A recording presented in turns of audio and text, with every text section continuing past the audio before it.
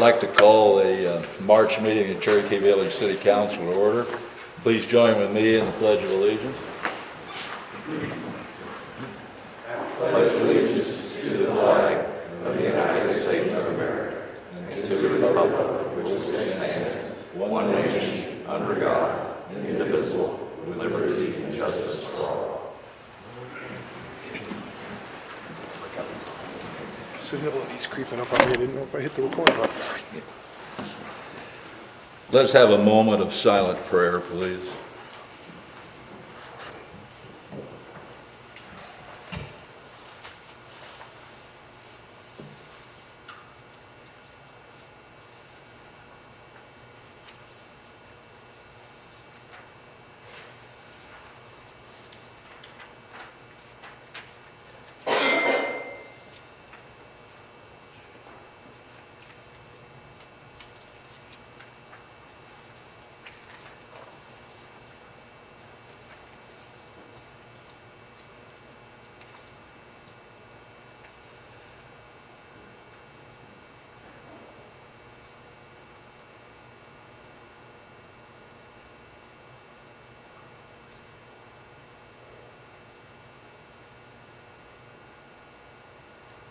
Amen.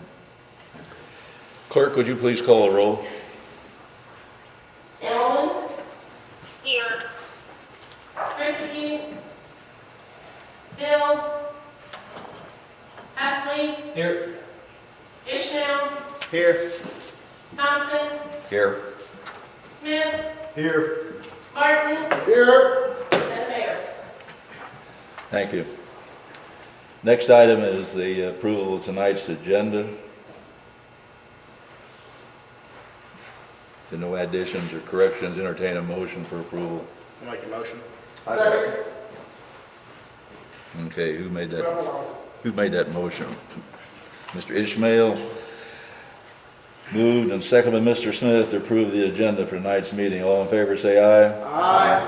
All opposed, same sign. Next item, any comments on agenda items?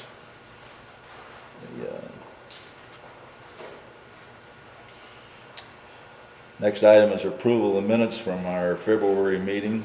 So moved. Second. Motion by Mr. Martin, second by Mr. Smith for approval of the minutes to be filed for audit. All in favor say aye. Aye. All opposed, same sign. So moved and approved. No correspondence. Financial report you have in front of you.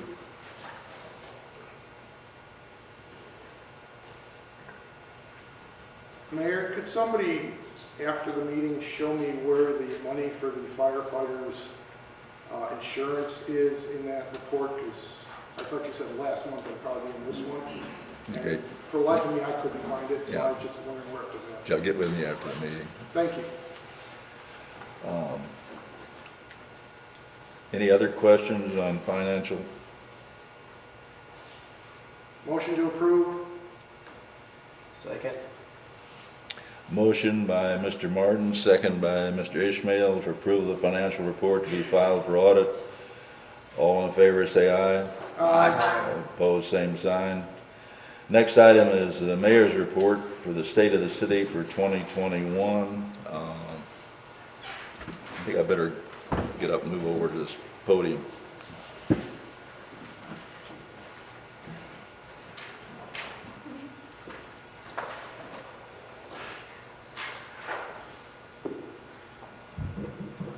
First of all, I'd like to thank all of the department heads and their staff for preparing this report. Essentially, it reflects their work during the year of 2021, and as well as all personnel who are employed here at the city. You might say 2021 was a rather frustrating year in a way, because we were faced with a litigation which was resolved in the settlement. We had, as a result of that, we had several personnel changes, reduction in staff in all departments, either by retirement or having to resign, budget cuts that will be reflected as we move into 2022, and some positive things that we can look forward to in terms of improvements. One, last year we talked about adding a playground at the Tohai Trail. We finally got the equipment in, and that project should be getting off the ground here in the near future. We were able to purchase 2 vehicles for the police department. Those were delivered and accessorized and are out working. But I know it's been a challenge for the people that work here at City Hall and outside of City Hall to try to continue to provide a level of services that the citizens of this community expect. And before we start, I want to thank Ms. Carmen Vance for putting this all together.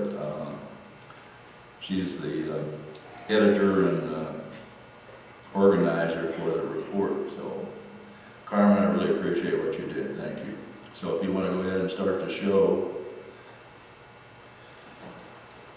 It might be a little difficult for you to see sitting in the back, but I would say this, excuse me, this report will be posted online probably tomorrow, and so it'll be available for close viewing, and spend a little more time looking at it at your leisure.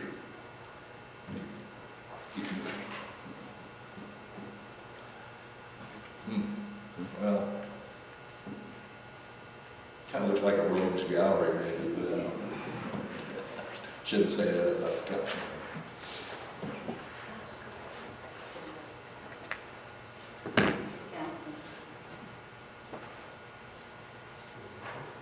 Go ahead. You can move on. Right.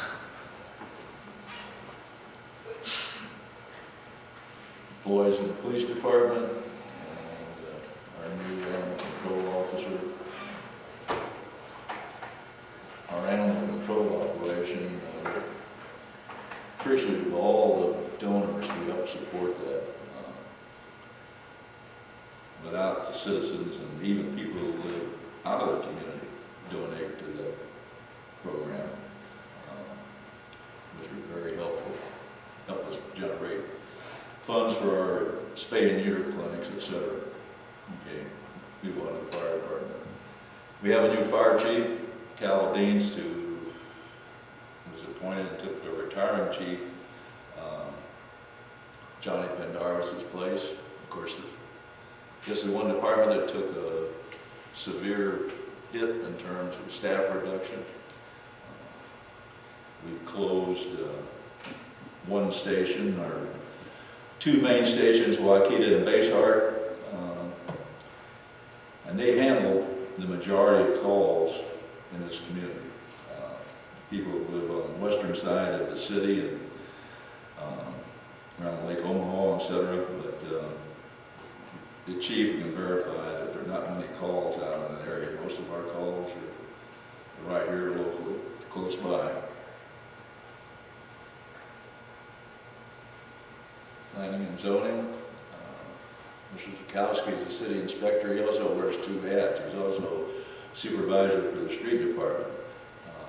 So he's meeting himself coming and going.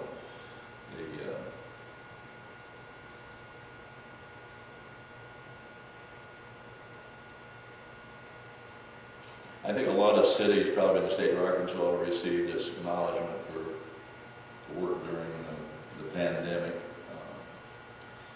One thing I would mention at this time is that, of course, the federal government provided funds to all the states and counties and cities to help offset some of the issues that arose out of the pandemic. We used a majority of that money to supply extra pay, what they term premium pay, to all those employees who worked time frame, which started all the way back in 2020 and up through the end of 2021.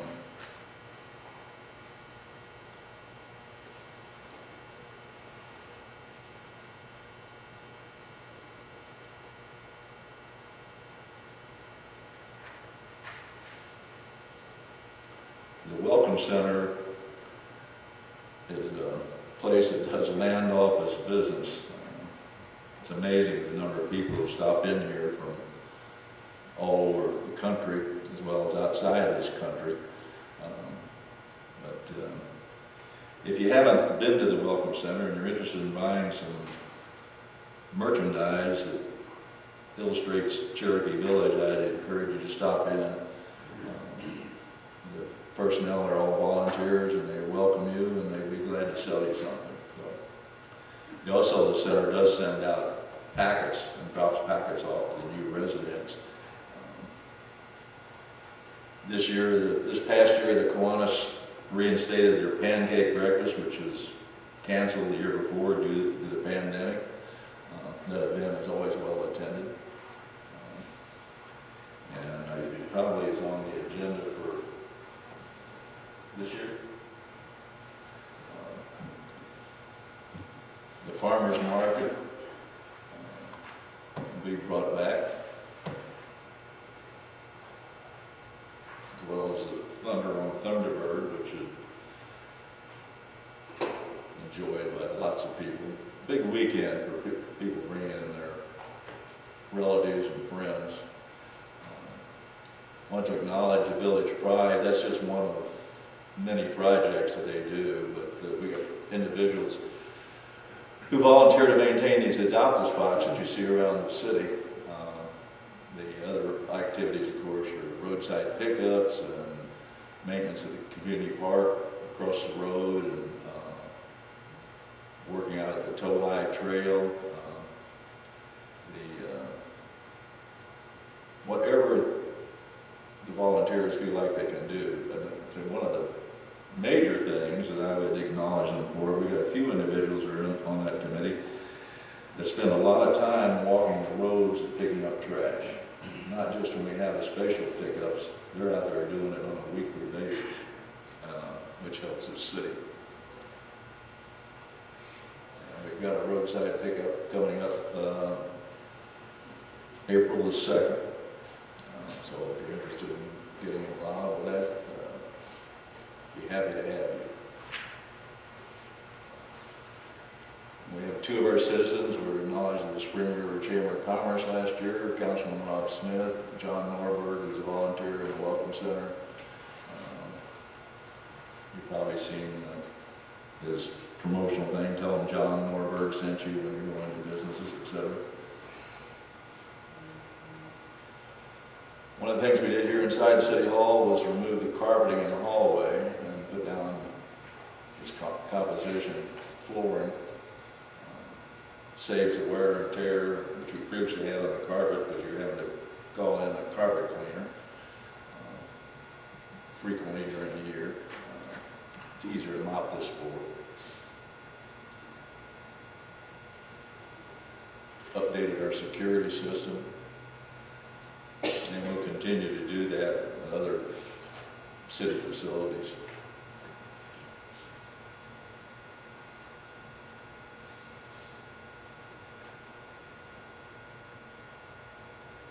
There's a plan afoot to extend the Tolleye Trail. It's been a long, drawn-out process. Bureaucracy required a lot of hoops for us to jump through before we can ever put a shovel in the ground. We've been working on this for over a year, I believe, as far as paperwork. Thank Mr. Roy Eccles and Karen P.E.G for their dedication on this.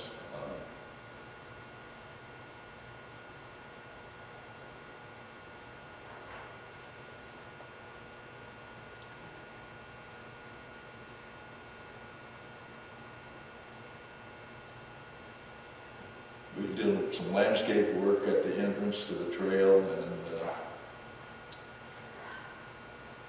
replaced landscape timbers, which were holding up the flower beds and beginning to rot out, put something in there more permanent, so shouldn't have an issue.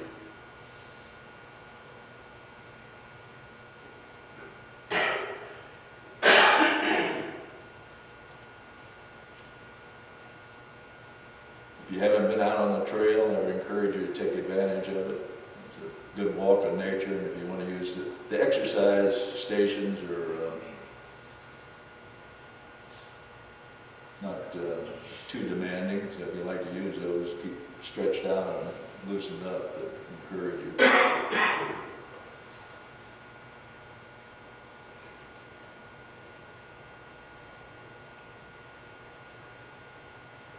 The playground won't exactly look like that, but it's going to take up space there on one back side of the pavilion.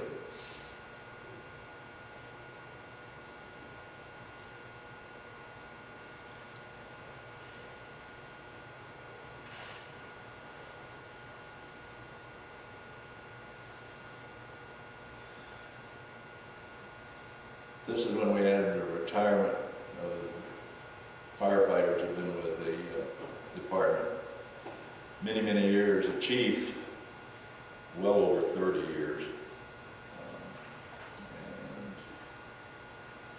And I would venture to say, if you combine all the years that those four individuals serve, you'd be approaching close to 100 years, if not more, that they've been with the fire department here in Cherokee Village, even when it was under the jurisdiction of SID.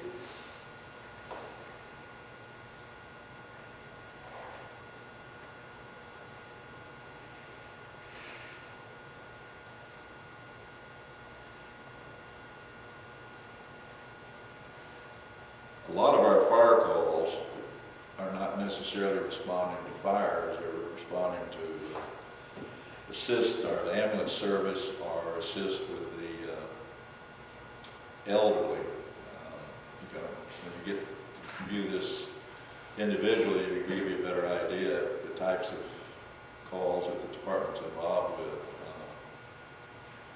But it's quite common for the department on a weekly basis maybe to have 4 or 5 lift assists where they have to go and assist elderly people, whether into the ambulance or help them with getting them out of a bad situation at home, etc.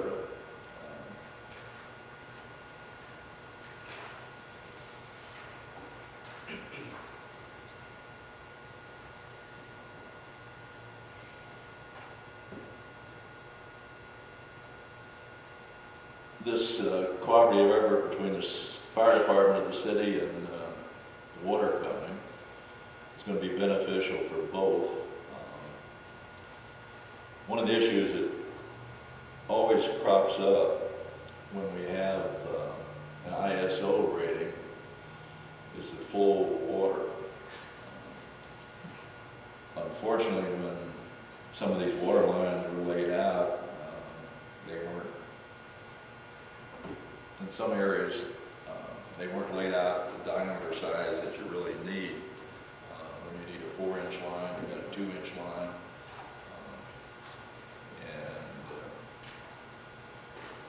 Concern is always with the water pressure, because a lot of areas you're relying on gravity to get the water there to the pumper.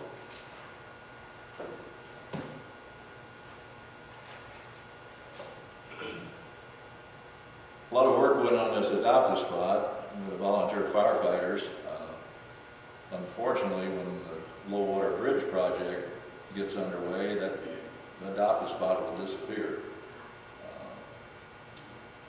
Probably have to be relocated somewhere.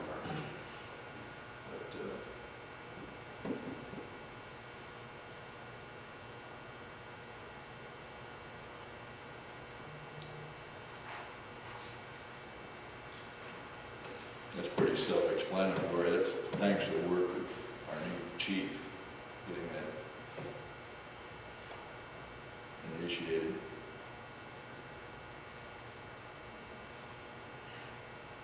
Doesn't look like, it looks like one of those jobs you really don't want. culvert gets stopped up, you gotta get down into the mud and muck to get whatever's out of there.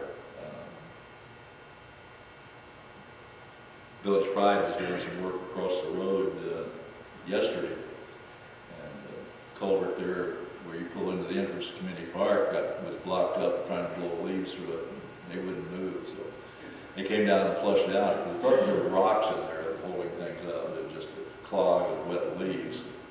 But some of these other places, as you can see, there are issues like that.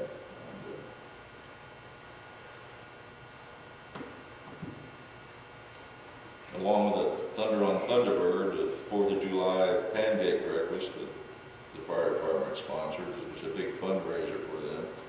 So we encourage everybody to support that.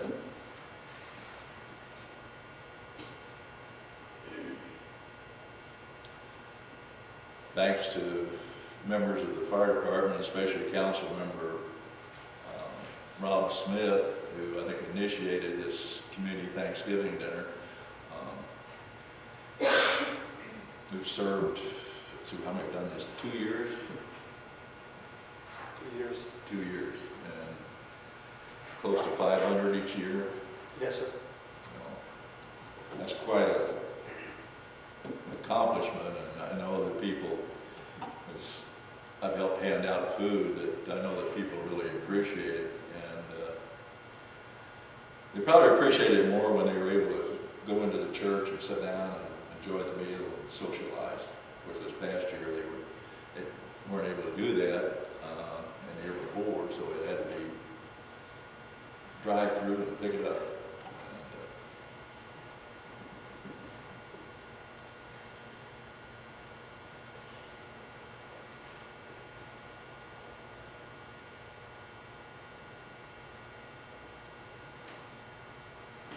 Department does safety inspections also at the school as well as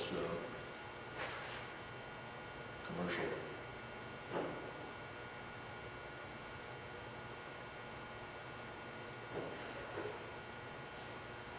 Another one of their projects is raising money for the Muscular Dystrophy Association.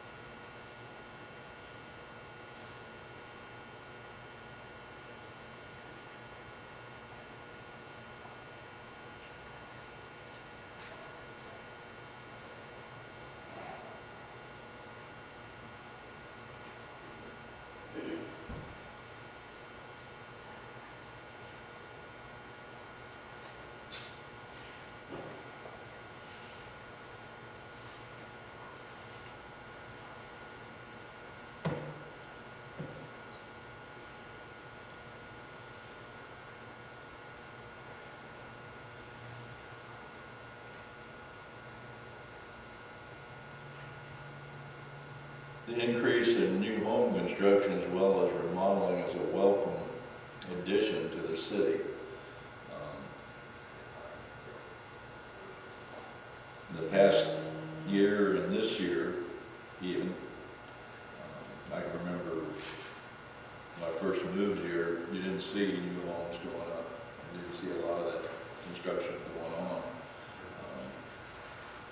And it's a welcome sight, and bring people to the city and increases our population and increases our revenue.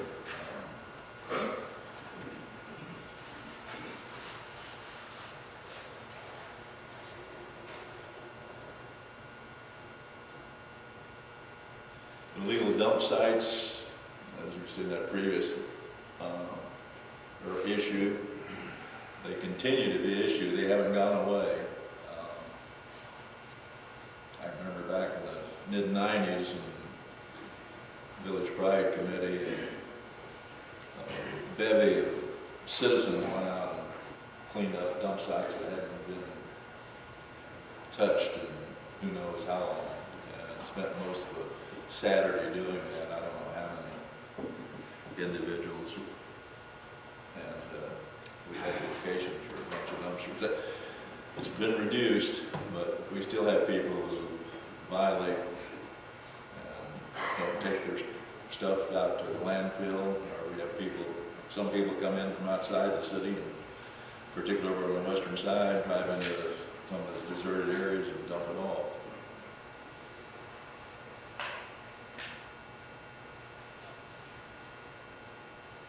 We do a curbside pickup in the fall where our street department goes around to the homes of people who call in here to the city hall and ask that items be picked up. There are certain items, of course, that are not acceptable at the landfill, but I think we had somewhere around 143 curb sites that were addressed. Spent about 3 days or more doing that.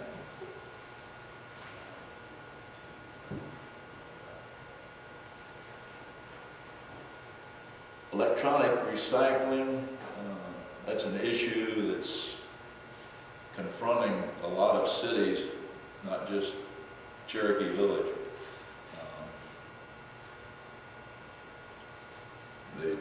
There were places in the state that were taking electronics, and now that's been acutely reduced. The White River Development District in Batesville, they were big on electronic recycling, and they're no longer doing that because there's no place to dispose of these recyclables. However, I think it's at Mountain Home, Baxter County has a site that if you want to drive all the way over there and take a big flat screen TV or an old tube TV, most anything electronic, vacuum cleaner, whatever, that'll take it off your hands.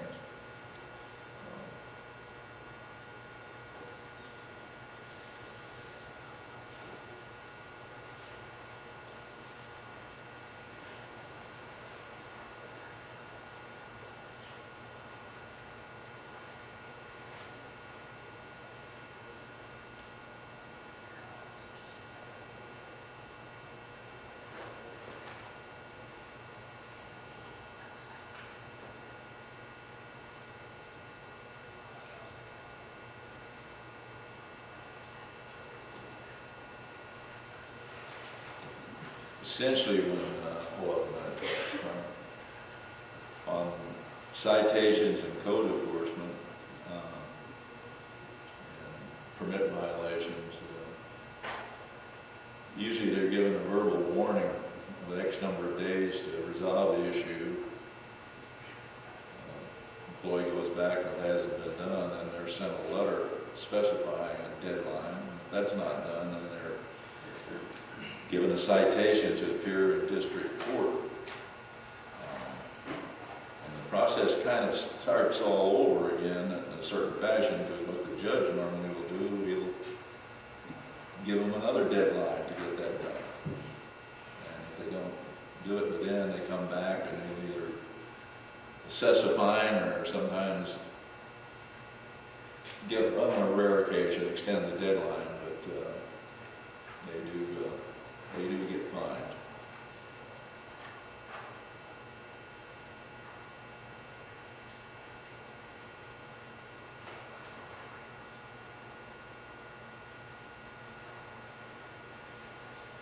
Chief Crook retired. He wasn't 32 years with the city of Cherokee Village, but 32 years in law enforcement.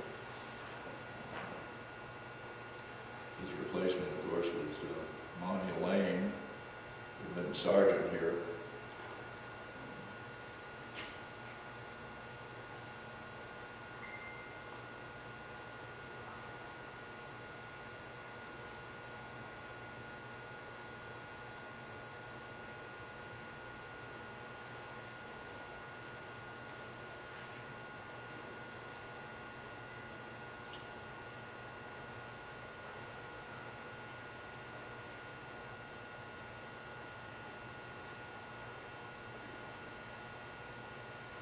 These are the two new vehicles I mentioned earlier that the city was able to acquire.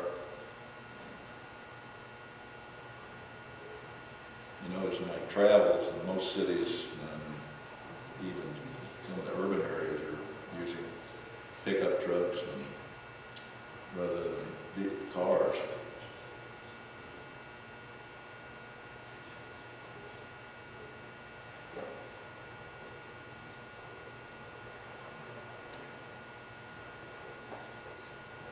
Shop with a Cop program that our department, along with all their law enforcement agencies in the county, are involved in, is a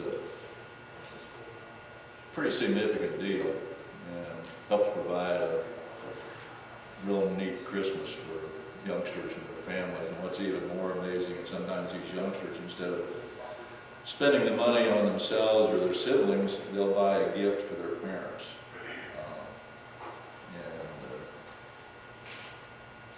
And usually, Chief, you correct me if I'm in error here, but usually they have about $125 per child to spend. So.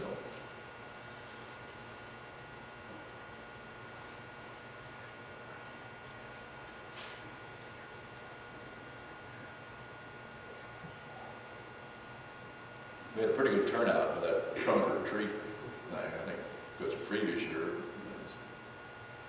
it didn't happen.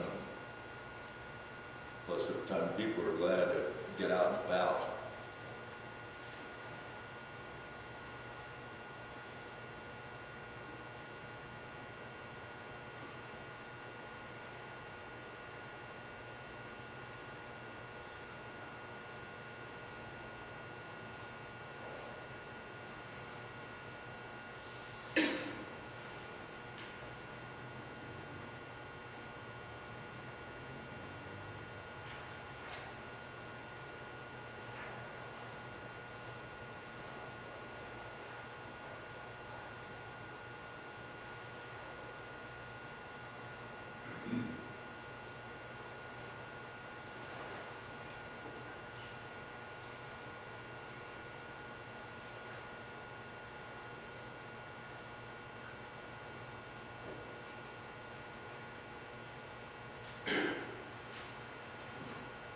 One thing that you would notice when you go into detail on these incident reports, you will see that a lot of our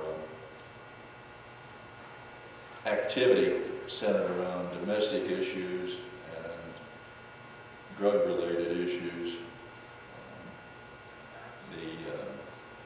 The demographics naturally of the city has changed since I moved here, and has changed since the city was incorporated, and since before, and even before when the village was first constructed.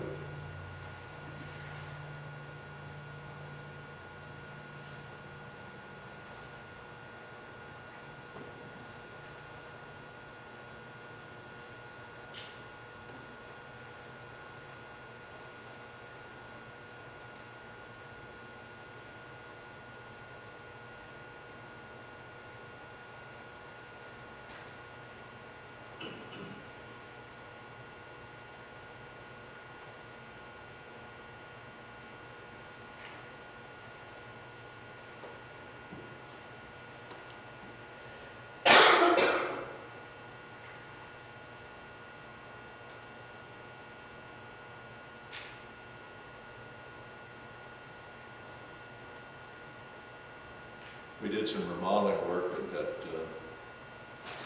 trailer.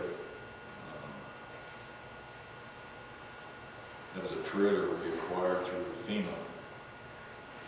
So we've had it for quite a while. But it serves its purpose. And the addition of that awning on both sides. And keep the moisture away and preserve for use for a lot longer.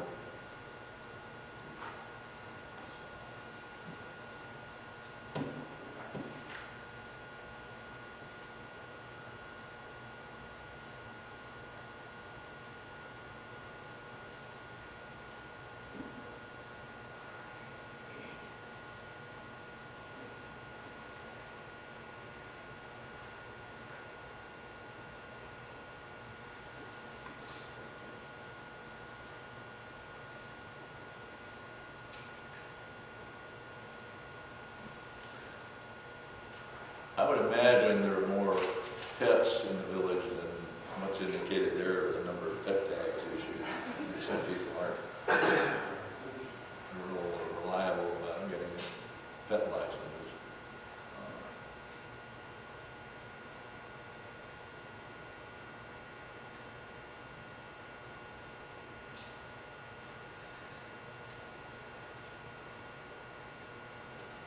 It's interesting that probably some of you are animal lovers and have your favorite pet, but just share this story with you. We had a lady who had two AKC registered basset hounds that she needed to get rid of because she wasn't going to be able to keep them.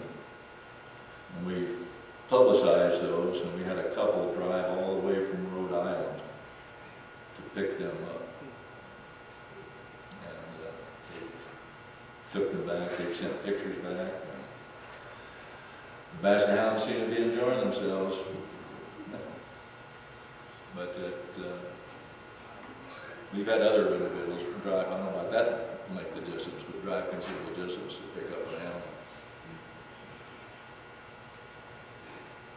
And we have, as I said, people who help out by donating.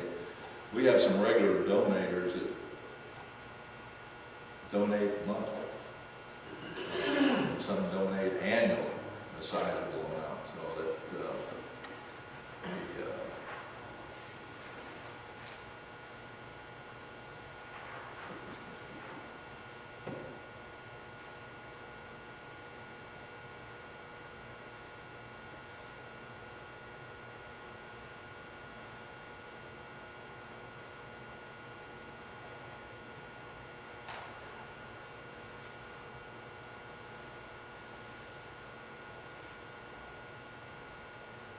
our street superintendent, John Kylo, retired. Mr. Sikowski is named as supervisor of the street department. He said he's wearing multiple hats.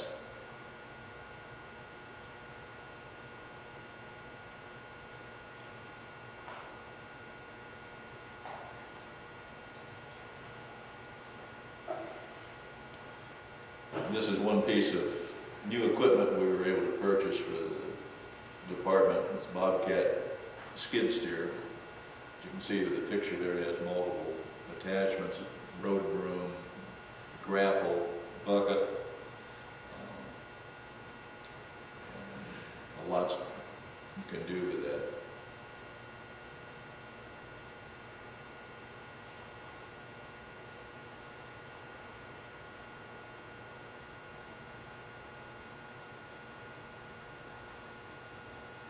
We did some restriping on our roads. I think when the roads were first done, they had a commercial striping business come in, and the next time we tried to do it ourselves, didn't quite turn out like we liked, so we went back to commercial.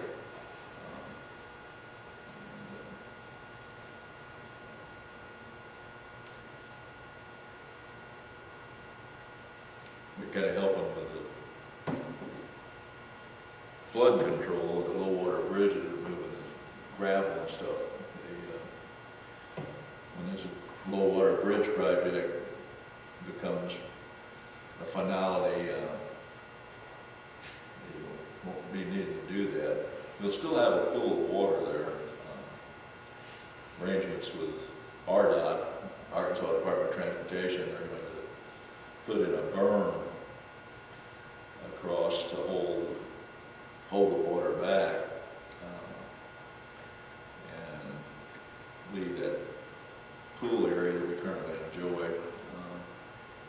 Otherwise, if they didn't, all you would see is a dry rock unless it had rain, and then it's going to be moving downstream.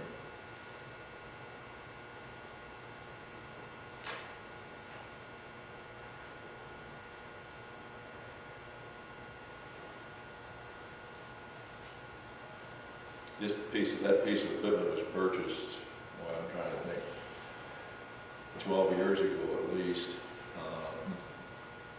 and has been used and hasn't been used recently. We want to get it back in operation. With the cost of fuel and the cost of oil, it's going to be an expensive process.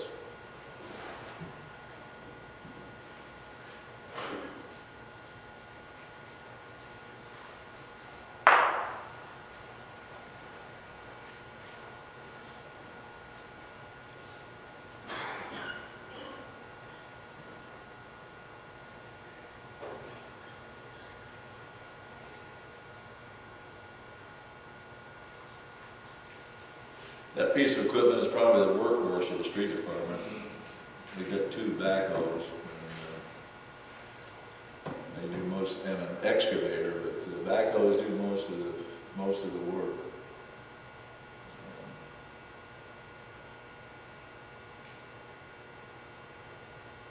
Trees falling across the roads or any other places. It's those of us who've lived around here long enough, you know,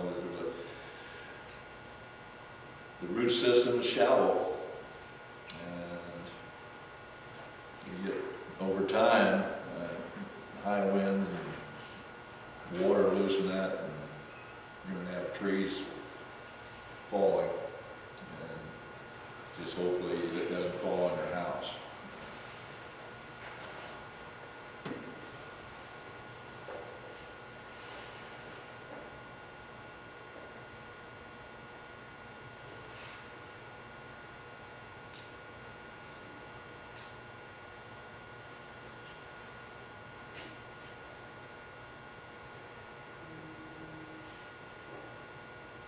Just a sample of some of the work that we have to do. This piece of equipment, this side mount bush hog mower, which can cut small limbs and small, I guess you'd say, shrubs, but saplings, etc. That's a used piece of equipment that we acquired, and we've patched it, band-aided it together practically monthly to keep that thing operating. But that's a valuable piece of equipment. I would hope that one day we would be able to buy a new tractor, a new bush hog mount. But they don't come cheap. I don't know what they would cost now, but last time I looked at it, which has been several years ago, you're looking at an area of $60,000, $70,000. It's probably more than that.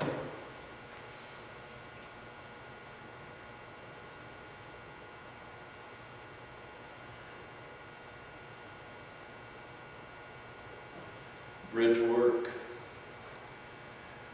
We have that small bridge across Lake Sequoia as you come in from the Dinette. You've got Flathead Bridge. You've got the bridge at the North Golf Course. And the Flathead Bridge I'm talking about is a bridge right over here behind the Copper Feather. Those are bridges, unless I don't think I've left out one. Those are the bridges that the city has responsibility to maintain, and the state inspectors come in and look at them, and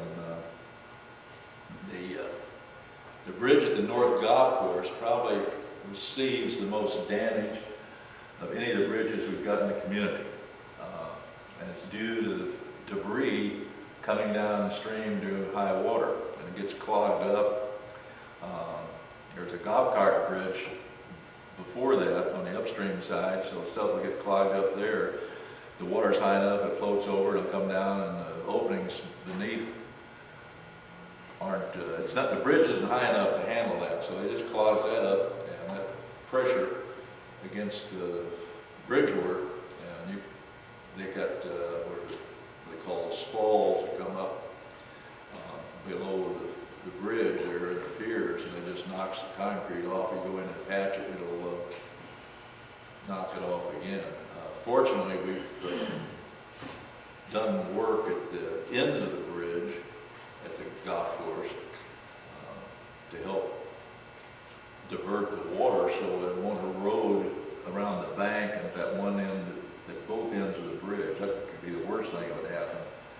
You could wash that out, and then you would have a major repair project or replacement.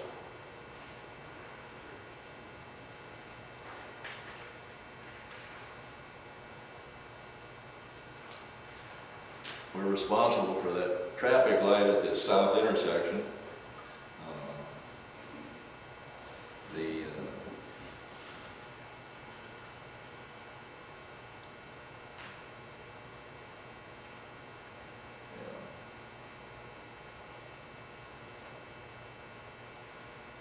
Potholes are like, what's that game? Whack-a-mole? That's what these potholes are. Keep popping up.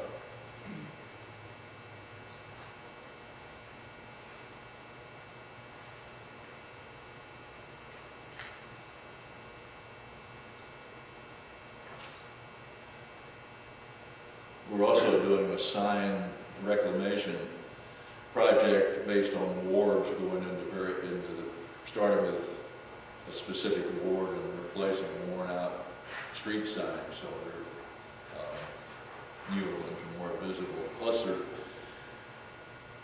are different requirements now for the size of the lettering on these signs. So you notice if you drive around and see street signs that have larger lettering as compared to the old signs.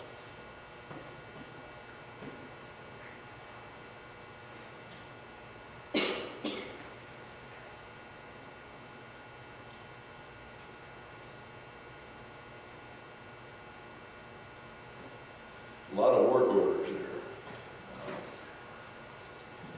Do some math and figure out how many work orders are completed in a day.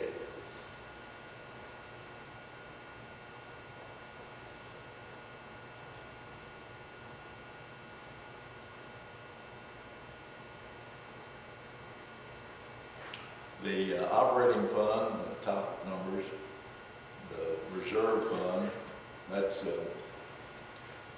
account we have with First Community Bank. Our other account is with the First National Bank. Budget revenue is based on what we anticipate when we prepare a budget. At the end of the year, that money that was not spent, you cannot use that in the following year's budget. You can spend it, but you can't put it into the budget. So if you've been to our meetings and we've appropriated funds for a certain purchase or certain activity, that's where that money comes from, what's remaining, unless there's something in the budget. But normally, we haven't been budgeting for major expenses or purchases.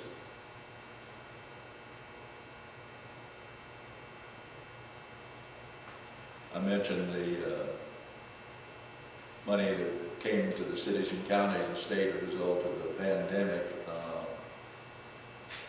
That's what this is.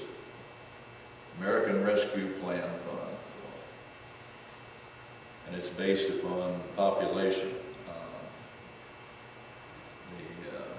Fortunately, the census, although I'm sure not everybody was counted, but our census increased. And so our turnback fund amount will increase. And anything else that is awarded will be calculated on the basis of city population, so that'll be helpful.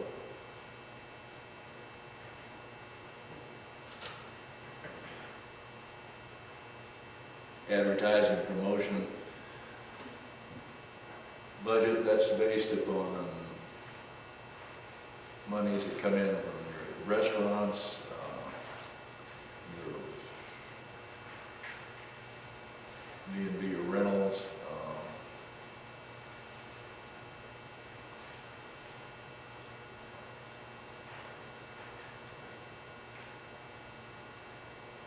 court funds. The receipts are naturally from fines, and then the court has expenses. So if we have some money left over, that can go into our general fund. That's not a guarantee. Usually we calculate that it's going to be a balance out annually.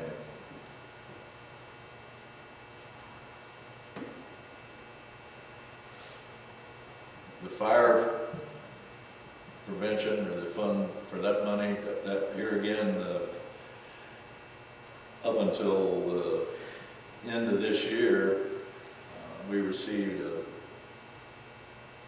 an amount from SID. Of course, the litigation did away with that at the end of 2021, and actually for the last 4 months of 2021, we were only getting 1/2 of what they normally paid us. So the money to operate the fire department, the city was still paying an amount, but then it's all coming out of city collective revenues.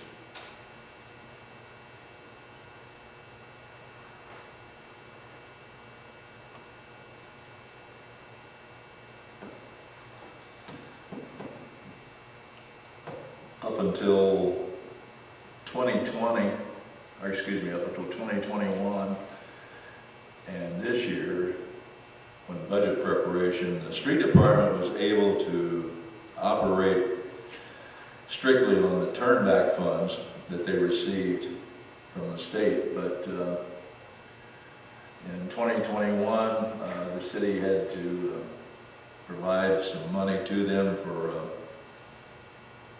salary costs, and then again for 2022, an additional amount was added in order to help them maintain operations.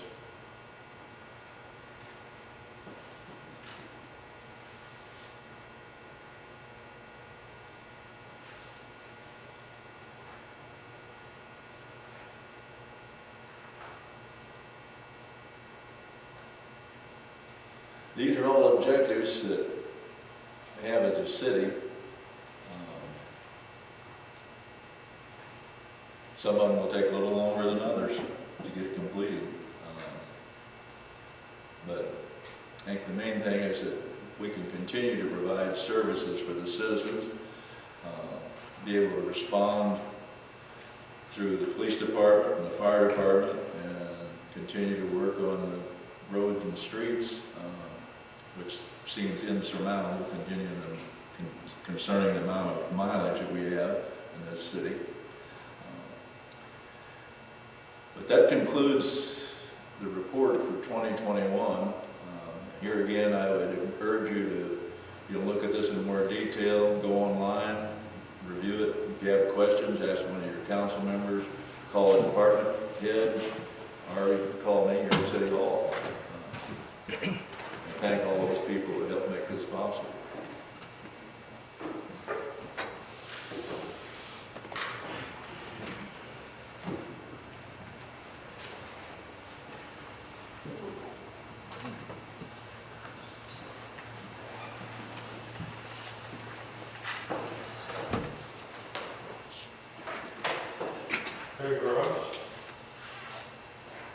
I can't answer a question now. After the meeting up. Next item is animal control report. Any questions on that? We move through these if we can. Well.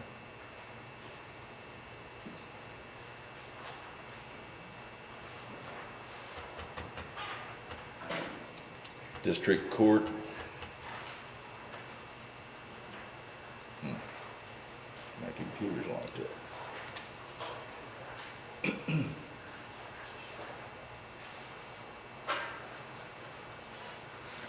Fire Department report. Any questions to the fire chief?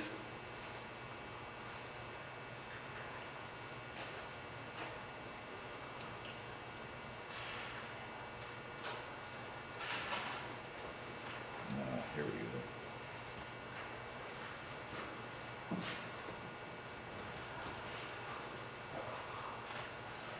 See the P&Z and code enforcement report.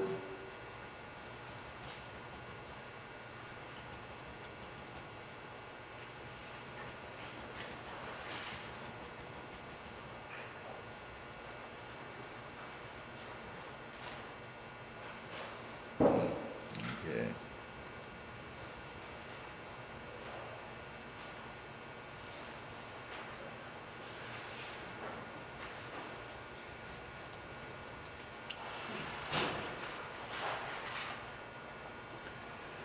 Police Department report.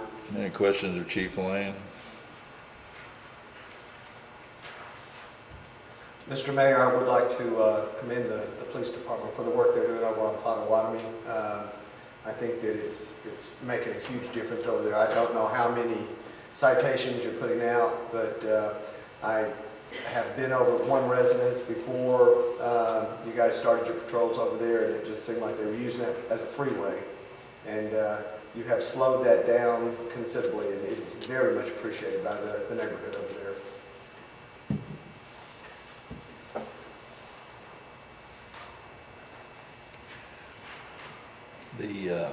Thank you, Mr. Smith.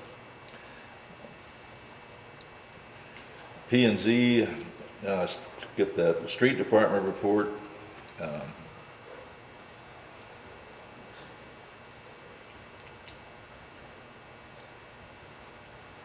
trying to catch up. My computer is not moving real fast.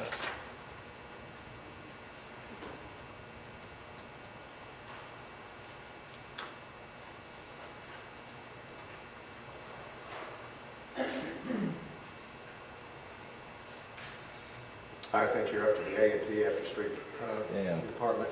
I can help you out with that while you scroll. Go ahead. We'll move on to the A&P report. Okay. A&P has been working diligently at getting the Pie Fest up and running. It's going to be an exciting year this year. We're expecting a much larger attendance than we've had in the past. We are adding a 5K race to that, and we're hoping that's going to draw a lot more attention as time goes on. We're still working on the solar eclipse in 2024. That's going to be ongoing cooperation with all 4 cities in the area to see if we can possibly house the numbers that will be coming in during that period. We sent 2 delegates to the Governor's Convention in Fayetteville, and there was quite a bit of information that was gleaned from that, and we're still kind of unpacking it, so to speak. So the committee can work on some of the ideas that were brought back from that. As usual, we're just forging ahead. And if you have any control over the weather, let's everybody pray for good weather on April the 16th when we have the Pie Festival. When we had it the first time, I would say that a great deal of its success was based upon the almost perfect weather we had that day. Yes, and sir. Turnout. And I've run into people outside of the city of Cherokee Village that have asked me, are we having the Pie Festival? And I said, yes, we are, and they're looking forward to it. A lot of people like pie. Airport report, they're still trying to do some clearing down at what would that be, the south end of the runway, next to, you can see from the 4 lane as you drive along, that one of our representatives of the airport commission informed me that they would, people who own the property, they're going to work with them and try to take care of some of those tree issues that have plagued us. And it's a growing affair, the airport. I think with the addition of Emerson and Ash Flat and others, that airport's going to get a lot of use, and we need to improve the landing area and lengthen the runway a little bit to accommodate some higher grade business jets.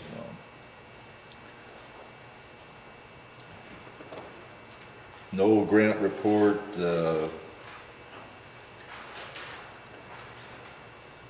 You have P&Z Commission report. The street committee, I should back up there, the street committee had their first meeting in the new year this month.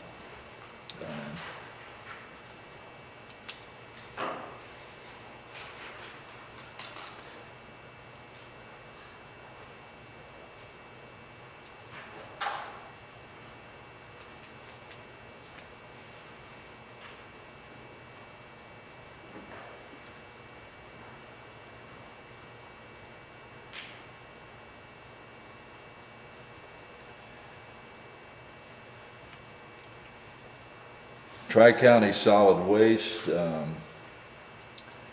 Waste Connections. We're in the process of renewing our contract with them. At the last meeting reported about addendums to the contract regarding dumpsters will be provided, cleanup along their route back to the landfill and other items, and they seem very willing to work with the city on this. We're just waiting right now for the document to come back. No report on the Welcome Center because they just reopened for 2022. And as mentioned earlier, encourage people, if you want to buy some Cherokee Village merchandise, that's the place to shop. Now, moving on, old business. Item 1 was item brought up by Mr. Martin at our last meeting, discussion on holding meetings and hearings so that people in the community could attend. We discussed that at our discussion meeting on Monday. I've sent an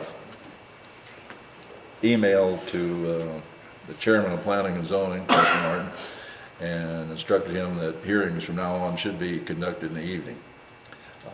And strongly suggested that the commission discuss the possibility of moving their regular meetings to evening and let them discuss and vote on it. I think, as one of the commission members informed us, there's more than one commission member who works, and so it's rather an inconvenience having to take off work to attend the meeting. That way, if they do this, that make it more accessible for those individuals as well as the citizens who wish to attend. So that's where we are with that right now. Thank you. Item 2, sales tax discussion. I put this on there because of the state of the economy currently and what's been happening with inflation and the cost of things going up. And I don't know whether you want to discuss it or not, but I just feel that there's probably a negative reaction because people can see that, you know, here's another tax added to me, and already now I'm paying extra for gasoline and extra for this and extra for that, and this is a way for them to come back. And I know we need the extra funds, so. Mr. Mayor, if I could start with that. I believe we need a motion and a second to put it on the floor to discuss it. For open the discussion. For opening the discussion. You making a motion? I'm not making a motion. No. Okay. I motion we open it for discussion. And I'll second the motion. Okay. There we go. Motion by Mr. Smith, second by Mr. Martin to open the discussion among the council members on the sales tax. All in favor, say aye. Aye. Aye. All opposed? Okay. Now, point of order. You had the council in the packet in January, resolution number 2015-5, a resolution of the City Council of the City of Cherokee Village to restrict the introduction of legislation for a period of 180 days after such legislation be enacted by the City Council. So this is legislation we did, and if we're bringing it back in front of ourselves, I believe we should also have a motion that waives the rules to bring it back in front of ourselves. Well, we're because not- that's a rule that we set at the beginning of the year. I think we're just open for We discussion. voted on legislation, and we're We're bringing it back. we're not voting on legislation, we're just discussing it. So We're just- that resolution wouldn't apply in this case. Okay, that's what I was asking, Okay. thank you. I have a question, Mr. Mayor, to Mr. Martin's point. What is the purpose of reopening discussion on, to Mr. Martin's point, reopening discussion on action taken by the council and voted on and concluded? So I guess my question is, back to Mr. Martin's point, what's the purpose of opening the floor on discussion again on something that was previously discussed, voted on, and we engaged the city attorney to pursue the language for that ordinance? And we've also, my understanding, have we or have we not submitted that to the county clerk for placement on the May ballot? So with all those actions taken prior to this evening, my question is, what is the purpose of, and I don't object, I just want to know, I'd like to know, what's the purpose of bringing it back on the floor for discussion? I'm just interested if you want to continue with what we're doing. That's. We voted to continue with what we're doing. Well, we voted to make that commitment. We didn't vote to continue, we just voted to make that commitment. I mean, we did vote to go ahead and send it to the county to be on that, so we moved ahead with that. To address that, Steve, the only thing I think we're doing here, if we have this discussion, and I'm sure none of us are really ready to have this at this point, but it's just a way of, again, reintroducing this to the citizens of Cherokee Village, because it's going to be a hot button issue. And I don't disagree with that, but we've asked repeatedly during council meetings to organize a town hall meeting to go before the citizens and explain the actions that we took and the need for this additional 1% sales tax. So I think it's great that we bring it on the floor if we decide to do that and explain to some of the citizens that are here. But are we going to just simply do that in a council meeting, or are we also going to carry the message out in an announced and organized manner and put it on a venue such as the Omaha Center to allow enough citizens to come in and actually hear the pros and cons of that decision that we have already made? Well, I think that's a part of the discussion as we I think that's what we're up move to to right now. Okay, if that's the purpose of the discussion this evening, is to move forward with a town hall meeting, then continue to move by all forward and means. organize that kind of thing. Understood. Thank you. So, gentlemen, ladies, open your calendars. What's a good day here to schedule a town hall meeting so we can put this in front of the public? Who's got a better day than another? So Councilman Hill and I have been talking about doing meetings for people within our ward to come to us and speak to us. We actually picked out the first Tuesday of every month to begin doing that. And April 5th at the Omaha Center is when we're going to start doing that. Just informal way for the citizens of Ward 2 to come in and talk with us, so it's not in a setting like this that could be stressful from all these, the different department heads and whatnot. But I mean, I think that he's not here, I can't speak for him, but that's a date we're going to be meeting to do that. We could just utilize that. It's a time to discuss. To open that up beyond your ward to all 4 wards of the city? Right. I mean, Okay. why not? You've got it at the North Golf Course, or? The Omaha Center, Omaha at Center. first Tuesday of every month is when we will be doing it, but on April 5th, we already have that date set aside at 6 to 6:45. We have 45 minutes. Not very long, but that's what they've already said that we could utilize. So, I mean, we could ask for a longer time because of this situation, what we're talking about, but One caution, just from previous comments by the city attorney, is there any charge being incurred by, for this meeting place, at Omaha Center? Because, we can't expend city dollars, right. for such an event. Nothing that has been brought up to me from Councilman Hill. So, nothing I mean, I'll have to check with him later, but we've been discussing this for a few weeks now, probably about 3 weeks, and he hasn't said anything about they would charge us. So it'll just be a free time we can utilize, 45 minutes below on the, If there is, I think among us, we could chip in. I would be more than happy to donate to that I'm cause. going to share that cost as well. Well, what about that date that he's talking about, April the 5th? that's right. I've already had that scheduled in my appointment. I hadn't thought about discussing the taxes, but that most certainly would be relevant right now. Is that an issue with any of you? Pam, would you be available for April the 5th? Yes? Yeah. Okay, And we don't know about Chuck, because whether he's going to be back with us or not. But, that's understandable. Peter, would you be available for that day Doctor's appointment. at this point? Okay. What about at that time? Later in that day at that time? I have a 3:30 in Mountain Home, so I gotta get 2 90-year-olds to Mountain Home, back from Mountain Home, and that isn't the fastest trip you've ever made. Okay.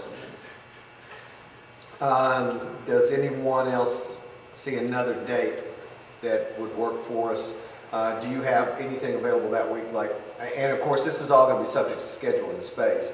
Mr. Mayor, would we be allowed to use this space to have this conversation, or would that be prohibited? Not big enough.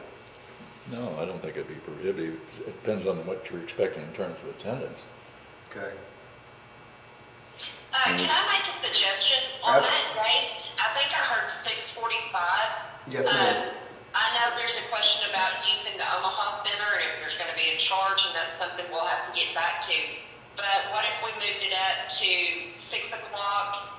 And also on top of that, can I suggest no matter where we have it, that we live stream it for those that cannot attend so they can get the information as well? Right, and the time was 6 to 6:45. Oh, sorry. Okay, 6 to 6. Yeah. Okay. Gotcha.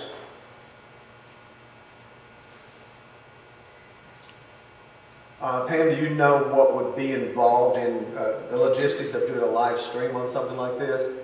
You just simply need someone to bring their phone and make sure they've got good cell service, and you could put it through the city Facebook page, or you could just have someone volunteer to be the live streamer on Facebook, and just put an alert out that it would be on their page. It's pretty simple, just however you want to do it. Just have to have a good internet connection, that's all. Okay. We could possibly tap Lauren Siebert for that job responsibility. Yeah, I can ask her if you want. Please do. Thank you, ma'am. So we have a tentative time for April the 5th at 6 to 6:45. Peter will not be able to attend, but we've got the majority of the council. Eddie, how are you with that date? As good as any. Okay. Does anybody else here feel like we're going to need more than one of these? I'd say wait to see what your turnout is and maybe have a second date lined up. Okay. Do you want to tentatively schedule May 3rd? What is the actual date of the 24th, I believe, is the election. 24th is the election? I would suggest we consider having, as Mr. Martin suggested, depending on the turnout on April 5th, possibly pencil in May 3rd. And then to Rob's suggestion, we may want to look at possibly doing, say a Thursday night or a Tuesday night in both April and or May, and do it up here at City Hall. Okay. At this point, I don't know that, are we still restricted on? No, next month I plan to go back. Okay, so we could really fill, Yeah. So we can also, if we're putting up monitors, why can't we use the senior center too and put up monitors in there? They could still come out and Yeah. make a statement and then go back and have the monitors. So we can Coordinate with the senior center. Okay. What day are you proposing, Steve? I'm pretty open that week. the week of the 5th is what that would May, refer you're talking to, about May. or No, the, we're talking about May? yes. Uh, I'm sorry, April. Okay. Oh, For Omaha Center, I think having 2 dates, the 5th, as you mentioned, of April, but then possibly also the 3rd of May. The third. So For Omaha Center. that, so that consistency of the first Tuesday in each month, Okay. as Mr. Heffley pointed out, You wanna get that book? do that for Every- Omaha every Center, first Tuesday. and then also have a location utilizing the suggestion of Mr. Martin, having people be able to sit in the senior center and have the monitors, working over there, but then possibly going either, if you want to do, say, the 19th of April and the 17th. How about the week after our meeting? What would that be?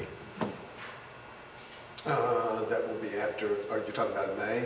Our April council meeting? You want to do the Tuesday after the council meeting? Yeah, So the 19th of April? is that, And do that here? yeah, Yeah, that's what I was The okay. 19th of April? suggesting. Our meeting's on the 21st of April.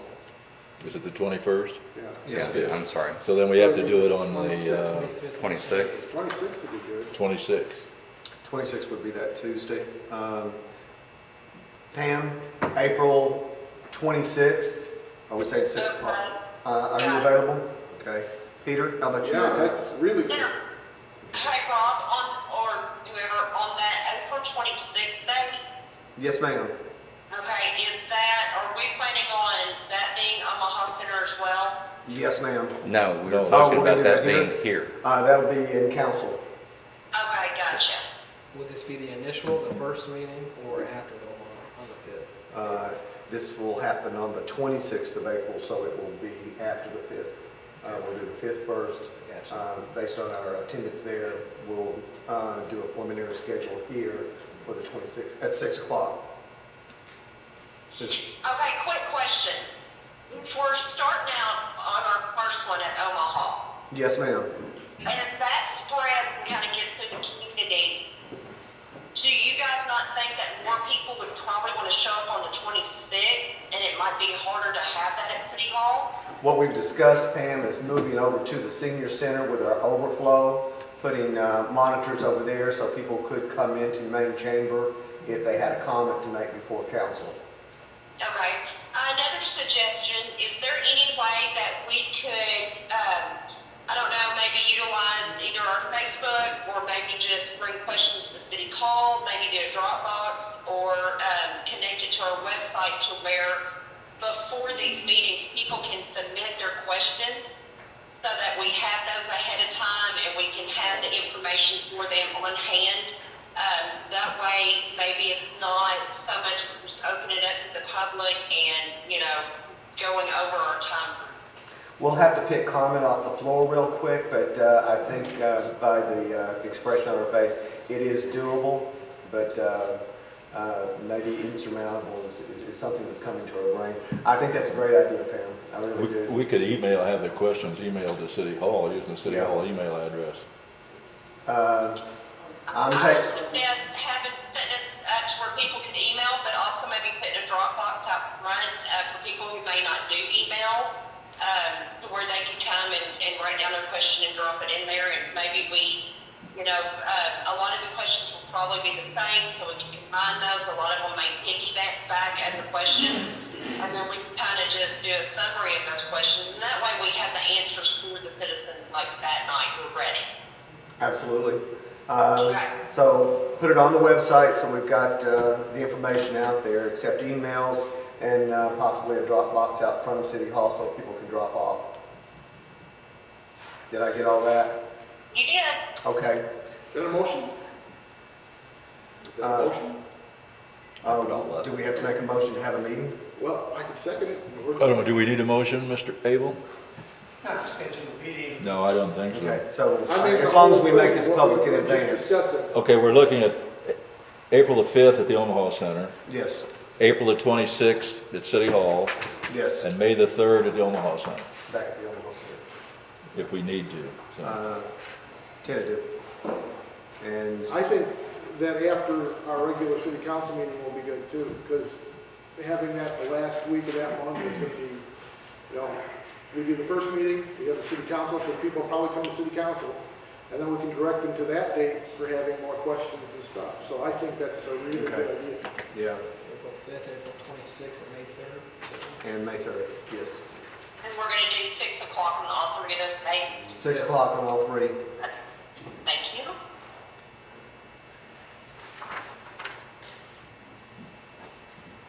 Okay, anything else on that?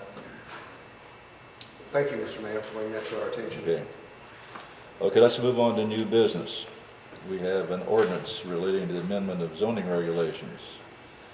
Clerk, would you please read the ordinance? Excuse me, sir. Yes. I would like to see if we can exclude the ordinance and give this gentleman a variance to strictly say bovines, grazing, and have it time out at the time he sells his property, and let that property go back to the, instead of adding things to it.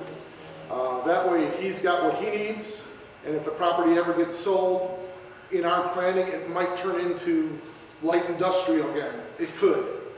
So I'd like to let him do what he needs to do while he owns the property. And when he's selling the property, then it's no longer bovines, it goes back to light industrial. And I would disagree, Okay. Mr. Martin, on the basis of you have an individual that has approached planning and zoning.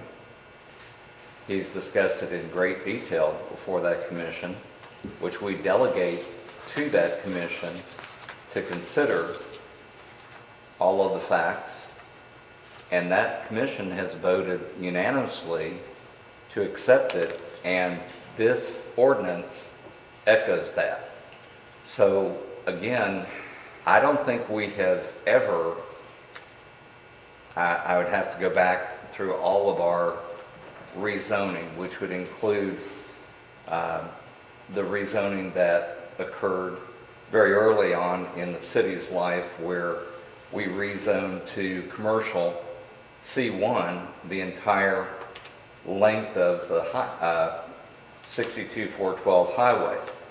I don't think we've ever encapsulated a time frame for any piece of property and said, well, we'll change this for this particular owner, but we're going to basically sunset it. And I would defer to Mr., to Councilman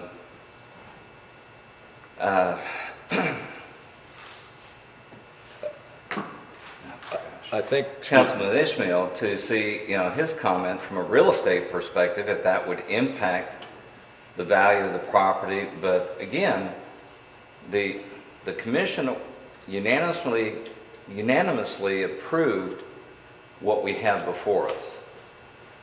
So at this point, are you saying you want to circumvent the action of the P&Z Commission and alter, an ordinance that's been created because you want to have a sunset provision?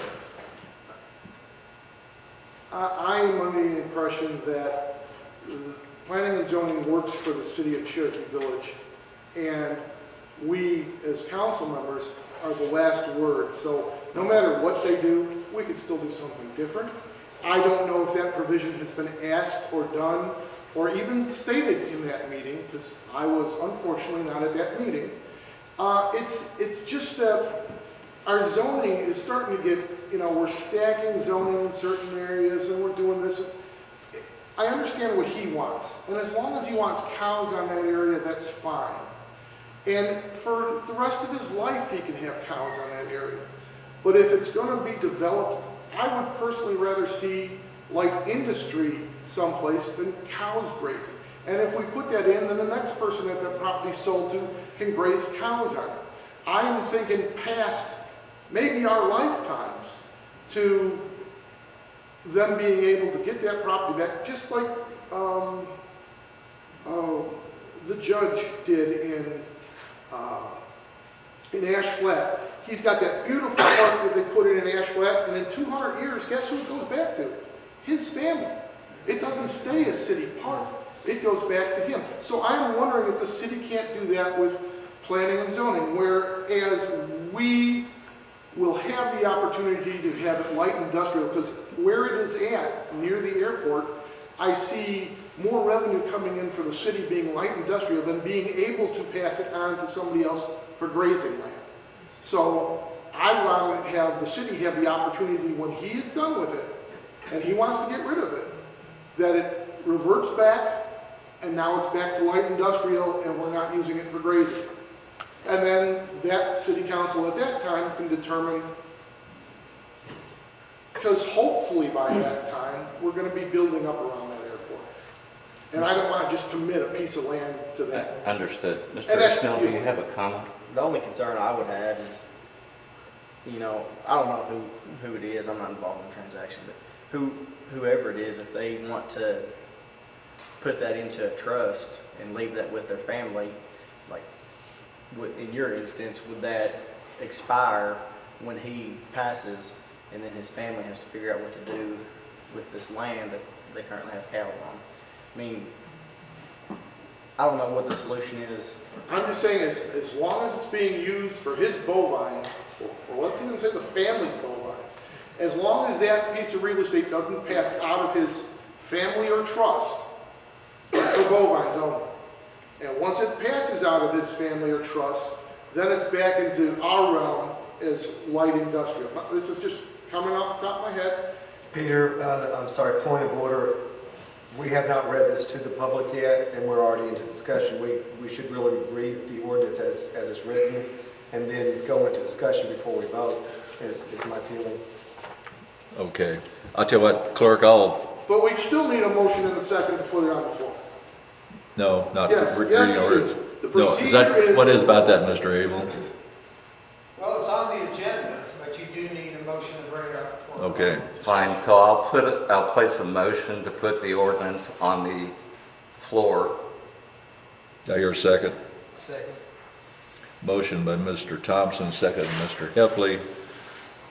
for Now it's just a discussion. Submitting, Or after we vote, correct? We need to read the ordinance. No, it's time to vote on right. putting it on the floor. All in favor, say aye. Aye. All opposed? Okay. Now, I shall proceed with reading of the ordinance. An ordinance relating to the amendment of zoning regulations for the city of Cherokee Village, Arkansas, and for other purposes. Whereas the city of Cherokee Village, Arkansas has adopted zoning regulations for the orderly development of the city and the protection of the citizens of the city. And whereas the Planning and Zoning Commission of the city of Cherokee Village, Arkansas held a public meeting on March 7th, 2022 for the purpose of considering proposed amendments and modifications of the zoning regulations adopted by the city of Cherokee Village, Arkansas. Now therefore be it ordained by the City Council of the City of Cherokee Village, Arkansas, Section 1, Zoning Regulations, that the amended zoning regulations for the City of Cherokee Village, Arkansas, amending zoning of certain property in the City of Cherokee Village, Arkansas, currently light industrial, to include agricultural, with restrictions to exclude pigs, chickens, sheep, goats, and or their dwellings. Plat map and legal description are attached to this ordinance. Prepared by the City of Cherokee Village Planning and Zoning Commission and adopted by it on March 7th, 2022, after a public hearing was held on March 7th, 2022, are hereby adopted. 3 copies of the zoning regulations as amended are on file in the office of the city clerk and are available for public inspection. Section 2, penalties. Any person, firm, or corporation found guilty of violating any of the provisions of this ordinance shall be fined for each such violation as provided by law. Section 3, if any provision of this ordinance or the application thereof to any person or circumstance is held invalid, such invalidity shall not affect other provisions or applications of this ordinance which can be given effect without the invalid provision or application. And to this end, the provisions of this ordinance are declared to be severable. Emergency clause. It being necessary for the continued orderly planning of the city of Cherokee Village, such planning being necessary for the preservation of the health, welfare, and safety of the citizens of the city, The City Council of the City of Cherokee Village, Arkansas recognizes and declares an emergency to exist, and this ordinance being necessary for the preservation of the public peace, health, comfort, convenience, morals, safety, and welfare of the City of Cherokee Village, Arkansas, shall be in full force and effect from the date of its adoption. Now, my comment here before I let other members speak was that I think the individual appeared before the Planning and Zoning Commission and expects this to be acted upon in tonight's meeting. And I've asked the attorney, is what Mr. Martin is suggesting, is that a viable and legal to do? Well, your choice is to adopt this or reject it. You can't tell the planning and zoning commission what to do. We can't tell them what to do, but we can make suggestions. Make suggestions. There you go. So, the other thing. I'm sorry, Mr. Mayor, point of order. Are we Yes. now opening for discussion? It is now. Thank you. I'm finished. Mr. Thank you. Thompson, Chair will recognize you. I'm sorry, Mr. Martin, I believe had a comment. Okay, I'll let him I'll speak. Mr. Martin, I'm sorry. I just, is what we're reading part of these 3 copies that are in, or is there more to this? Is there regulation that goes along with this? Is this the regulations that we're voting on, or is the 3 copies the zoning regulations? Am I seeing everything I need to see, or where are they? That's Mr. Abel that. What this will do is change the zoning map. Okay, and that was the map that was with this? Is that what was that, is that what's on file? Yes, it's more, Okay. it's in the planning and zoning commission. Okay, because it said 3 copies were, and I didn't know if there was more in those 3 copies other than the map. No, that's the general plan, the whole zoning code is what's on file. And so what this is going to do is going to amend the map so that this property, instead of being light industrial, is going to now be light industrial with agriculture. Thank you. Okay, sorry. My comment is that my understanding of the parties that are seeking this started this process back in May of last year, somewhat in the neighborhood of 10 months ago. And this process has gone on for a lengthy period of time. In a prior meeting, I don't recall the exact meeting, the decision was made to request a variance. But the variance had a time frame associated with it. Now, Mr. Martin proposes a different style of time frame.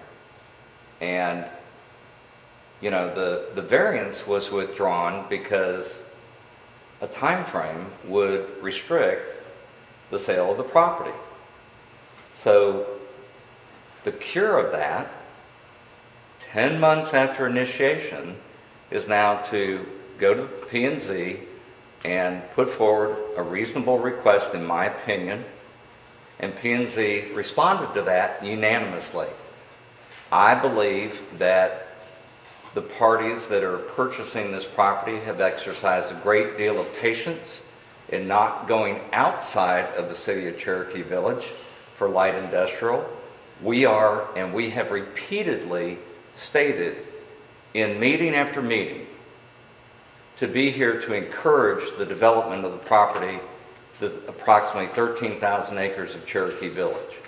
This is an attempt to do so, and the parties, I think, have exercised great patience in this process.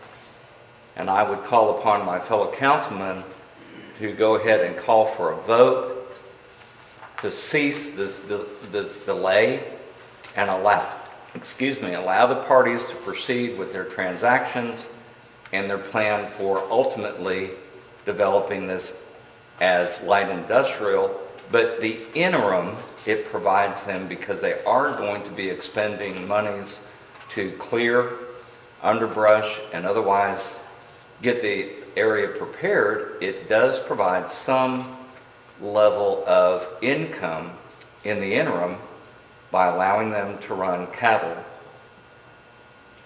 on the property. So I think that all of those things show great patience on the part of the parties that are trying to consummate this transaction. And I think 10 months is long enough to allow the full consideration of our P&Z Commission. They gave us a unanimous opinion. I think we ought to back that and approve this evening. Mr. Thompson, you brought out something new that I wasn't aware of, that this gentleman is planning in the future to go in for light industrial. And that was my whole concern, if you heard me the first part. So as long as he's brought that in front of us, that it's going to eventually turn into light industrial, I've got no problem with it, and I agree with your assessment. I was not aware that that was his ultimate plan. My understanding of the party is that they do not want to do cattle on this property in perpetuity. And That that's- it is an interim solution Okay. to provide a measure of revenue. And I was not aware of that, that's why I was asking to keep it. Thank you. And I move that we pass this ordinance. First, you need to waive the rule of 3 readings. Oh, sorry. Okay, I make a motion that we waive the rules in having 3 readings and read this ordinance by title only. Do we even have to do that? And then bring it up for final, which is fine. I second And that. bring it up for final vote. I second that. A motion by Mr. Martin and second by Mr. Smith to Read it waive the title. rules and read by title only and then vote to adopt this ordinance, including we don't have to vote separate on the emergency clause on this, do we? Yeah, you got 3 votes right there. Okay. So, and vote to adopt this ordinance. Do I need to read the title 3 times? No, you got to vote now on waiving the rule. Okay. That's your first motion. Then was all in favor of waiving? That'd be a roll call vote. We have roll call vote. Yeah. Yeah, you got me up on that one. Clerk, please call the roll. Smith, Yes. Martin, Yes. Rowland, Yes. Heffley, Yes. Ishmael, Yes. Thompson. Yes. Motion passed. I Okay, make a motion that we accept this ordinance as written. take a second. Second. Motion by Mr. Martin, second by Mr. Thompson to vote to adopt this ordinance. Roll call vote, please. Ishmael, Yes. Thompson, Yes. Smith, Yes. Martin, Yes. Rowland, Yes. Heffley. Yes. Motion passed. I make a motion we adopt the emergency clause. I second. Motion by Mr. Martin, second by Mr. Smith to approve the emergency clause attached to this ordinance. Roll call vote, please.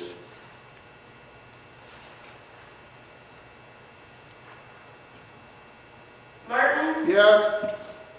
Rowland, Yes. Heffley, Yes. Ishmael, Yes. Thompson, Yes. Smith. Yes. Motion passed.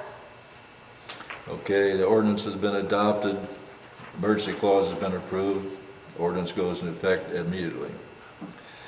Next item under new business is appeal on a variance request by Mr. Darrell Lamb. Mr. Lamb, are you present? Would you come? You probably need to use the podium microphone.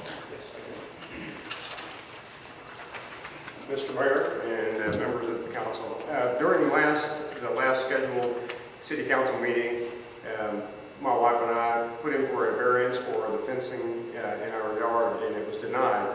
But the variance request was based upon an error that the fencing ordinance that exists within Cherokee Village was only chain link or wooden fence, but the 2017 ordinance actually states open metal type, which is the type of fence that I currently have in place.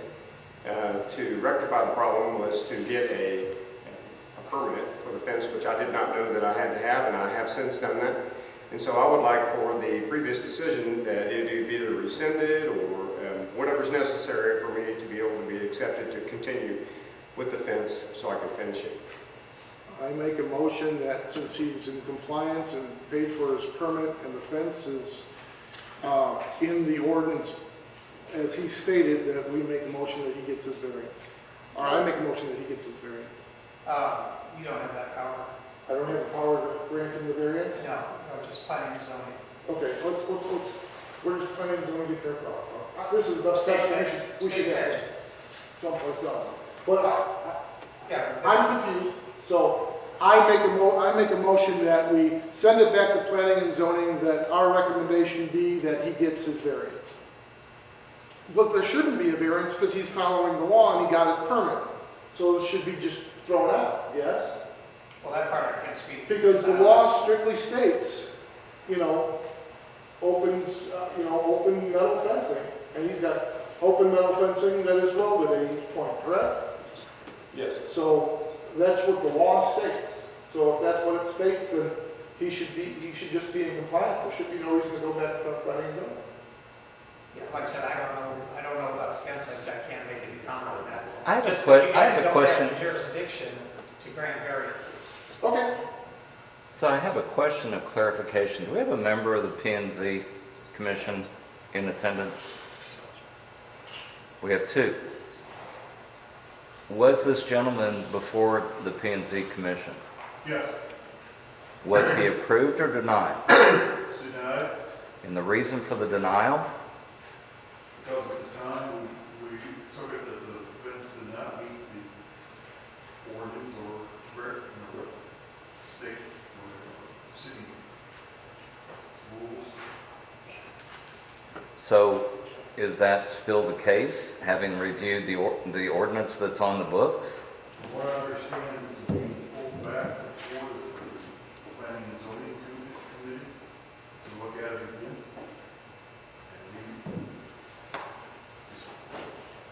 And I'm not asking for your decision ahead of time, but does he have an opportunity to go back before the P&Z Commission? yes, Okay. it's already in the works. What do we need? Okay. So does that satisfy the situation, that you have the opportunity to get, we don't have the ability, according to our city attorney, to grant a variance. That's vested into the P&Z Commission, and they've stated that they have had clarification on the ordinance that's on the books. And so I think you may have an opportunity, if you speak with one of these two gentlemen that are here this evening, perhaps they can schedule a time for you to come back. Okay, well, the understanding was that a variance was required. And that was the initial problem in the first place, is that was either misread or misunderstood, that there was a necessity for a variance. And I understand, and sir, people make mistakes. I think you have an opportunity to go back before the commission and have them reconsider your project.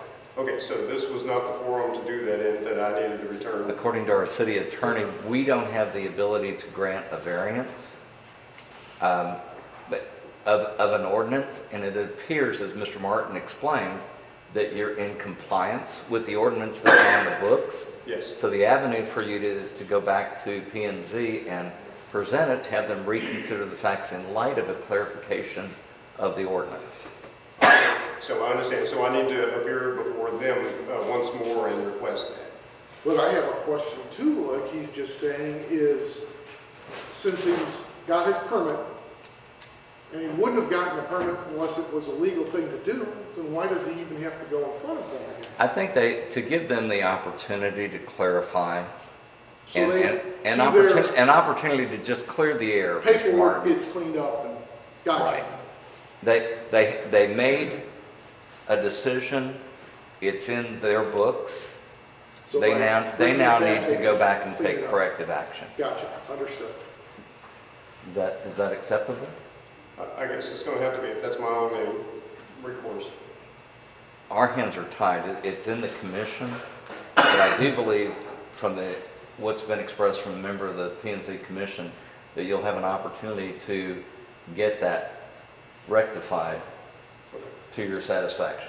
Okay. But I was encouraged to come to this meeting to address it. So I understand. And since that encouragement or since that recommendation has occurred, they got clarification on the ordinance, but the process is you've got to go back and have them record on their books that they're going to make whatever decision they're going to make.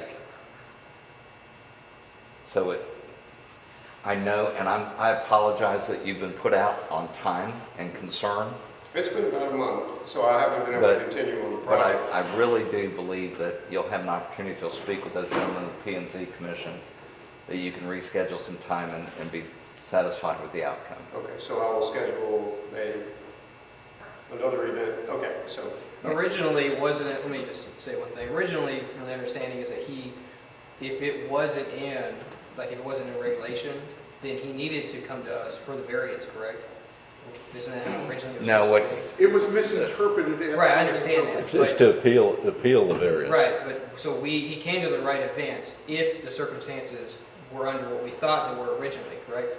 Right, if the ordinance was unclear, or if the ordinance was chain link only, then yes, he should be before us. And that's what, I think that's what we need to to appeal. explain to him, is that originally, like without knowing that it could be the fence that you have, that this was the right place for you to come, but between, then you scheduling for this, and now we found out that what you have is actually in the ordinance, and it's, in regulation.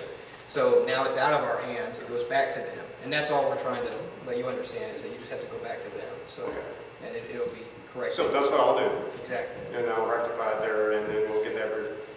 Okay. All righty. Well, thank you. Thank you for your patience.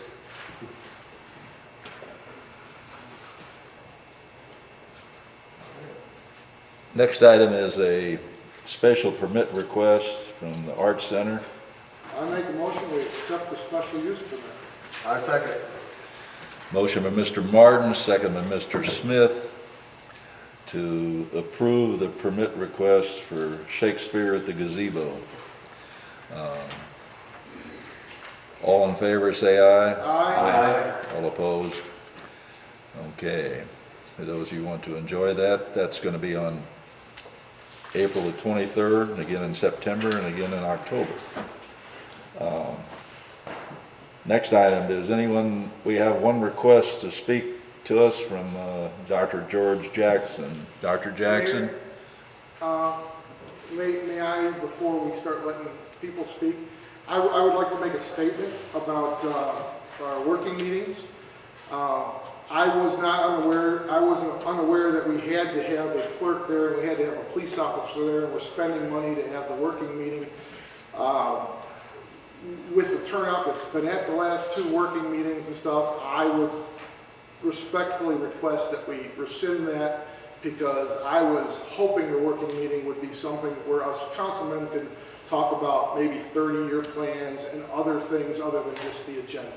So what my original intention is a little bit off, and I'd like to rescind having the working meeting, as long as the council is along with that. I won't be attending it anymore. Okay.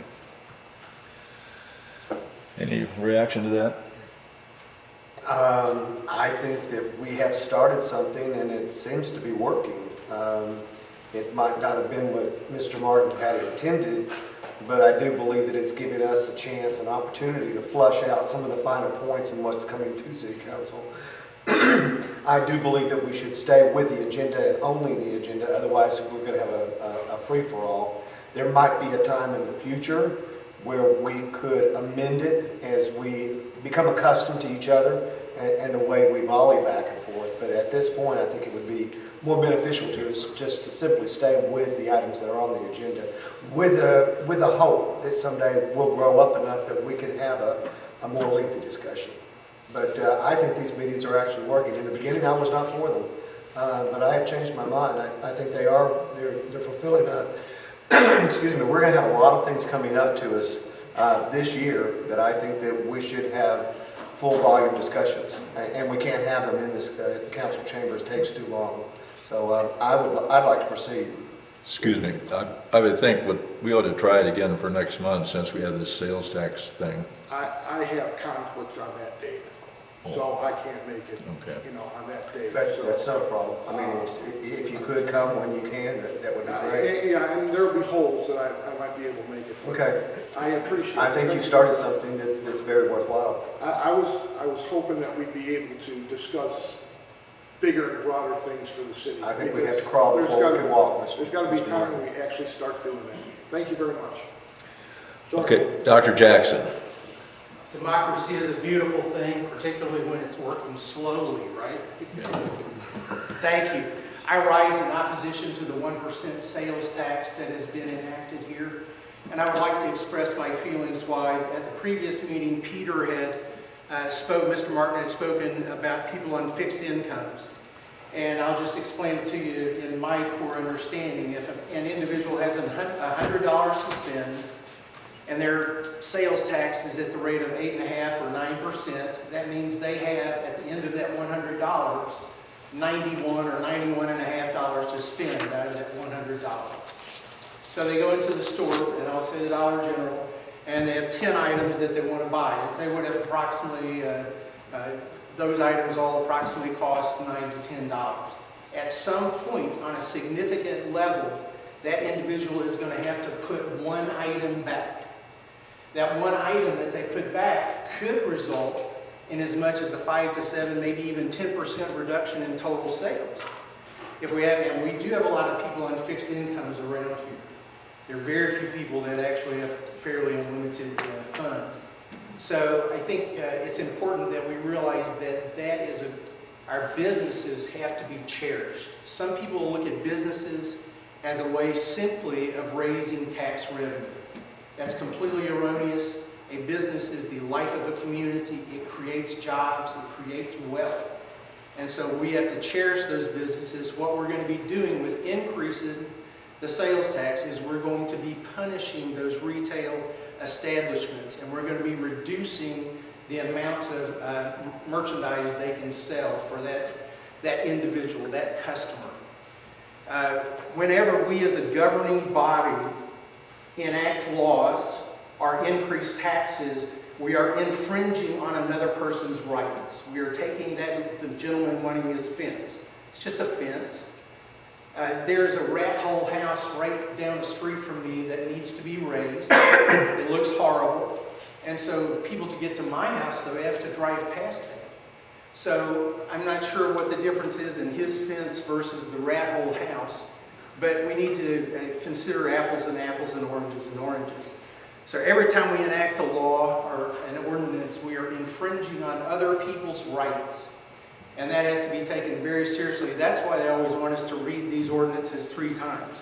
It should be very laborious for a governing body to raise taxes or change laws on its citizens. That's why they stipulate it be read 3 times. It needs to be hard work on the part of the governing body to do that. And everybody says, okay, Doc, then you don't want the tax. How are you going to pay for it? Excuse me, I'm sorry, Mr. Mayor, I call 3 minutes. I'll give you 1 more minute, Doc. There are plenty of ways that we can transition from sales taxes to what I call use taxes. Use taxes are the way that wealthy societies pay for the things that are necessary. Anything that drives on a Cherokee Village street, the water that travels underneath the Cherokee Village street. And you know, we have 2 water systems in Cherokee Village. Highland Water System serves a part of the Cherokee Village area that's up by the highway. But all of those lines run underneath the streets of the city of Cherokee Village. And every time one of them bursts, we cut holes in the streets of Cherokee Village to dig and replace those pipes. Everything that goes on a Cherokee Village street, what about putting your boat into Lake Thunderbird? You don't live here, you've got a lake permit, but you've driven your boat. Mr. Mayor, we've hit 1 minute. Oh, Doc. I make a motion that he gets another 2 minutes. Let him finish, please. Motion, I heard second. I'll second. I have one question of Dr. Jackson. No, we're going Do you have an idea? I'm sorry, just placed a second. Before we take a vote, Dr. Jackson, are your remaining comments, are they another 5 minutes? Are they No. 15 minutes? What? I was at the bottom of this now. Okay. Okay. Then I would second Mr. Martin's motion to extend Dr. Jackson's And time. thank you all. But there are plenty of ways. I'm sorry, Hold it. Dr. Jackson. We actually have to vote on the motion on the floor. Motion by Mr. Martin, second by Mr. Thompson. Extend how long? I said 2 minutes. 2 minutes. All in favor, say aye. Aye. So all of those use taxes should be considered. Boats, concrete trucks tear up the roads more than any other vehicle. Every load of concrete needs to pay a tariff on coming down the streets of Cherokee Village. We also, and it's a very tough decision, we have to decide as a city whether it is of just exceptional overriding importance to have an animal control center in Cherokee Village. That is an expense. I don't know how large an expense, but that to me seems like a luxury. And I think that all of those things, before we start, again, exacting taxes, I think we need to consider that. Also, if you have a meeting at the Omaha Center about taxes, some people will confuse that with the exaction that is now being taken place by the SID. I would simply encourage you to meet here where it can be clearly Cherokee Village that is doing that. Thank you. And no other comments? Entertain a motion for adjourn. Yes. May I speak on? Yes. State your name, please. My name is Jerry Smith, and I recently moved up here in Cherokee Village.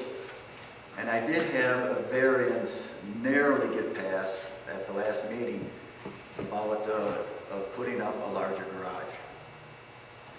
And I think with everybody here in Cherokee Village that have boats and trailers and trucks are bigger, I think that in my view, it would accommodate, it's a win-win situation. People can put all of their boats and their equipment.